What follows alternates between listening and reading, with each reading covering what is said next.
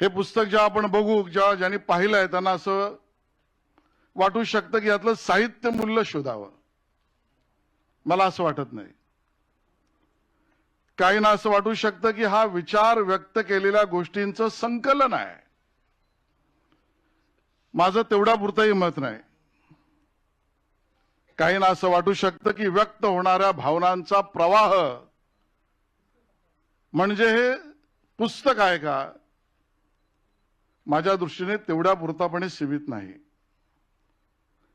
मला असं वाटतं की हे पुस्तक म्हणजे राजेंद्र बाबूंनी लिहिलेल्या नवीन धाटणीचं आणि धाडसाचं अद्वितीय पुस्तक आहे. हे ह्यासाठी की हे पुस्तक खऱ्या अर्थाने समाज माध्यमांवर व्यक्त होणाऱ्या लोकांसाठीच्या यम नियम स्पष्ट करणारं पुस्तक आहे. इतक्या मूल्याचे पुस्तक आहे. 52 अक्षरातून निर्माण होणारे शब्द त्याच 52 अक्षरांना वेगवेगळ्या पद्धतीने लिहिल्यावर त्यातून निर्माण होणारी अद्वितीय अमर्यादित ताकद ही मनुष्य बोलताना व्यक्त करतो. इतिहास घडलेत ते शब्दांनी, अक्षरांनी, वाक्यांनी आपण पाहिलेत.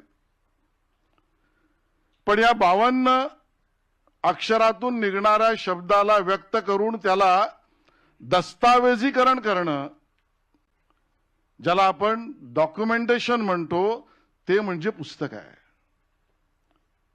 आणि या डॉक्युमेंटेशन पासून निघणारा पुस्तकाचा प्रवास नवीन धाटणीत राजेंद्र बाबूंनी केला. मी यासाठी म्हणतोय कारण डॉक्युमेंटेशन बरोबर डिजिटायझेशनच्या भाषेला जोडणारं हे पुस्तक आहे.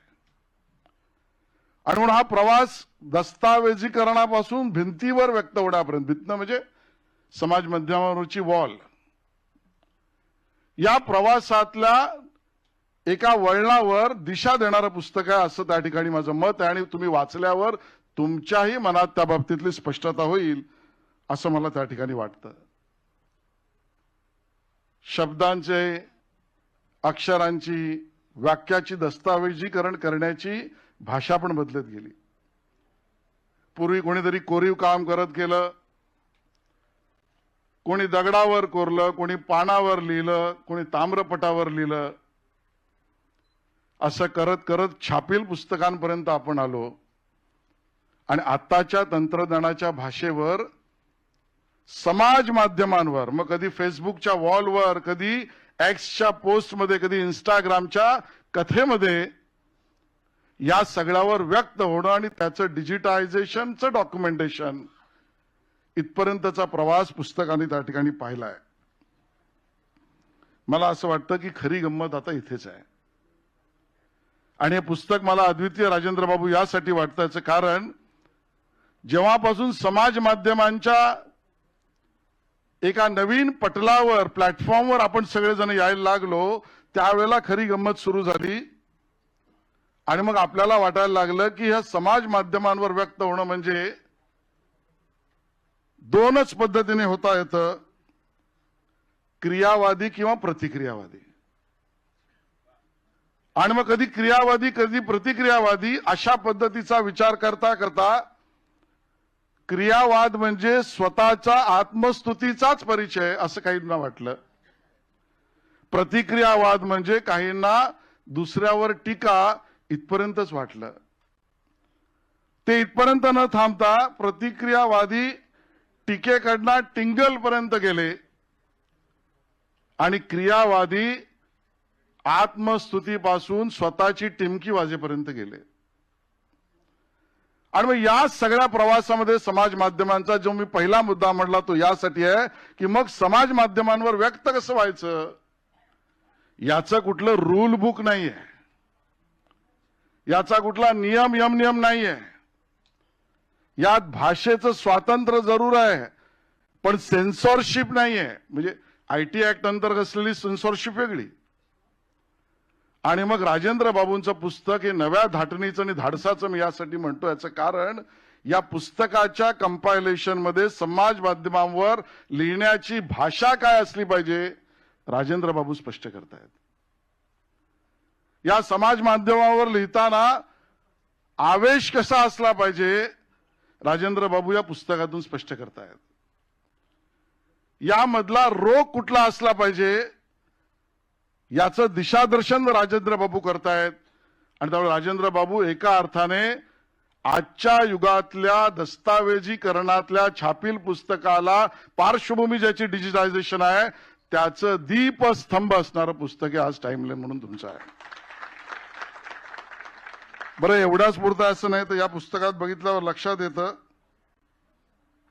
साधन सूचितेचा आजच्या भाषेत आणि समाज माध्यमाच्या युगातला नवीन प्रमेय त्यांनी मांडलेला आहे. मी बोलेन ते किती ऐकतील, किती पाहतील, किती वाचतील याचं महत्व आहेच, पण मी बोलेन ते मुद्दामून कुठल्याही पद्धतीने दुसऱ्याचं ध्यान आकर्षित करण्यासाठी करीन असा नाही.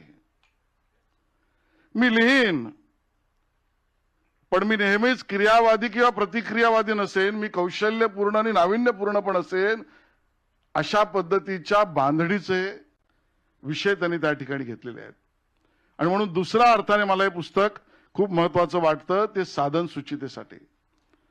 तिसरं तर स्वाभाविकच आहे, तुमचा लोकसंग्रह केवढा आहे या पुस्तकातून खऱ्या अर्थाने दिसतो. तो म्हणजे राजेंद्र बाबूंचा लोकसंग्रह किती आहे. असंख्य लोकांना, लहानातल्या लहान, ज्याचा उल्लेख तुम्ही आता केला ते खऱ्या अर्थाने पिक्चोरियल. आपल्या घरावर बुलडोजर पडलाय, घरात माझी आता मी बेघर झाली आहे आणि बेघर झालेल्या अवस्थेमध्ये मी माझा फ्रॉक घेऊ की माझा खाऊ घेऊ अशा मनस्थितीत नसलेली मुलगी मी माझी पुस्तकच घेईन आणि पुस्तके घेऊन मी बाहेर निघेन अशा एखाद्या मुलीचा सुद्धा परिचय तुम्ही जगाला करून देता. आणि अब्दुल कलामांशी तुमची असलेली भेट, त्यातल्या अग्निपंखावरची चर्चा सुद्धा तुम्ही दाखवता. आणि म्हणून लोकसंग्रहाचं हे तिसऱ्या अर्थाने महत्वाचं पुस्तक मला त्या ठिकाणी वाटतं. गुणग्राहकता त्यातला केंद्रबिंदू आहे.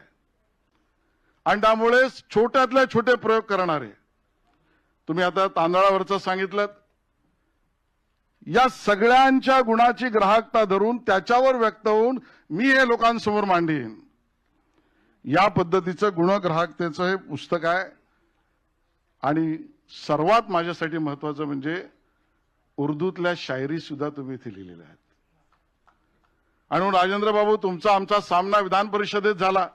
सामना म्हणजे संजय राऊतजी, आम्ही एकमेकाच्या बरोबर विरोधात उभे राहिलो.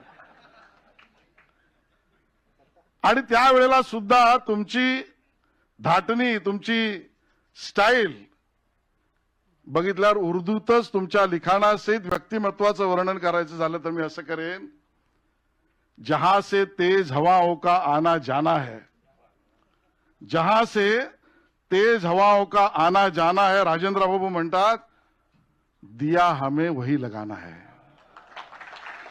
दिया हमें वही लगाना है. इबादत की जगह तू न हमें बता. बाबू म्हणतात की इबादत की जगह तुम न हमें बता, हमें पता है हमारा सर कहां झुकाना है. आणि त्यामुळे उर्दूवरचं तुमचं प्रेम आणि त्या पद्धतीचं संकलन सुद्धा या पुस्तकातनं दिसतं. आणि म्हणून या 5 मुद्द्यांवर हे पुस्तक टाइमलाईन हे अद्वितीय दिसतंय. शेवटचा मुद्दा आहे पण महत्वाचा आहे. टाइमलाईन तुमच्या पुस्तकाचं नाव आहे. माझं मत योग्य टायमिंग साधणार आहे. ते का? कारण त्यांच्यात पुस्तकातील त्यांच्या मनोगतातील 4 लाईन फक्त मी वाचतोय. बऱ्या मी लिहिलेल्या नाहीत, राजेंद्र बाबू तुम्ही लिहिलेल्या आहेत. टायमिंग यासाठी म्हणतोय, आज संपूर्ण देशाचं लक्ष आणि मीडियाचं विशेषतः जंतर मंतरकडे आहे. आणि त्या जंतर मंतरच्या पार्श्वभूमीवर तुम्ही काय टायमिंग साधलंय मला माहित नाही. बाबू असं लिहितायत, आभासी चित्र निर्माण करून ही माध्यमे खऱ्याचे खोटे किती बिनदिक्कतपणे करू शकतात.